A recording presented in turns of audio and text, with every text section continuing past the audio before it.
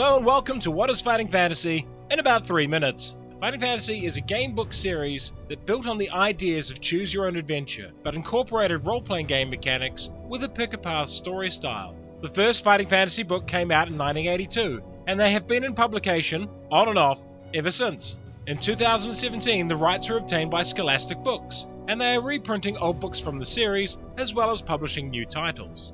In these books, you are the hero, and the entire series is written in the second person. Your actions impact the story, and your decisions change what happens. Where novels are like movies, in that you observe and follow the actions of characters, game books are more like computer games, where your actions are what advances the story. But what makes a fighting fantasy book a game book? Simply put, the book has rules. At the start of the game, you roll up a character. You determine their skill, which is how nimble they are and how good they are in a fight. Stamina, which is how tough they are and how many hits they can take. And luck, which is how lucky they are.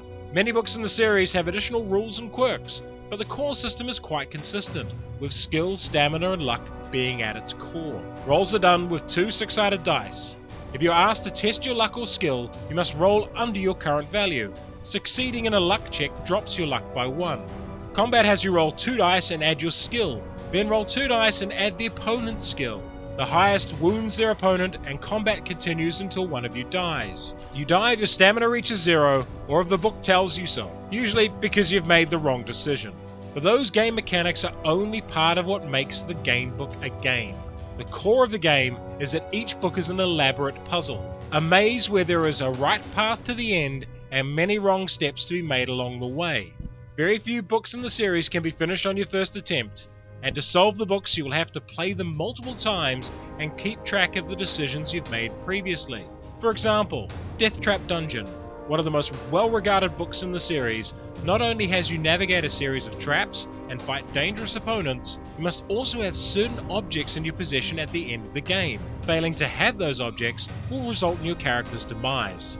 The series is also meant to be played in any order, with each book being a standalone story, although many do benefit from having played earlier books due to the world building done within. Fighting Fantasy also has several different settings and locales. Many of the books are set in the world of Titan, and that is considered by many the home setting of Fighting Fantasy. But there are also sci-fi books like Robot Commando, a superhero book in Appointment with Fear, and Freeway Fighter, which is set in the post-apocalypse. With over 60 titles to choose from, the variety of quality and complexity is incredibly varied.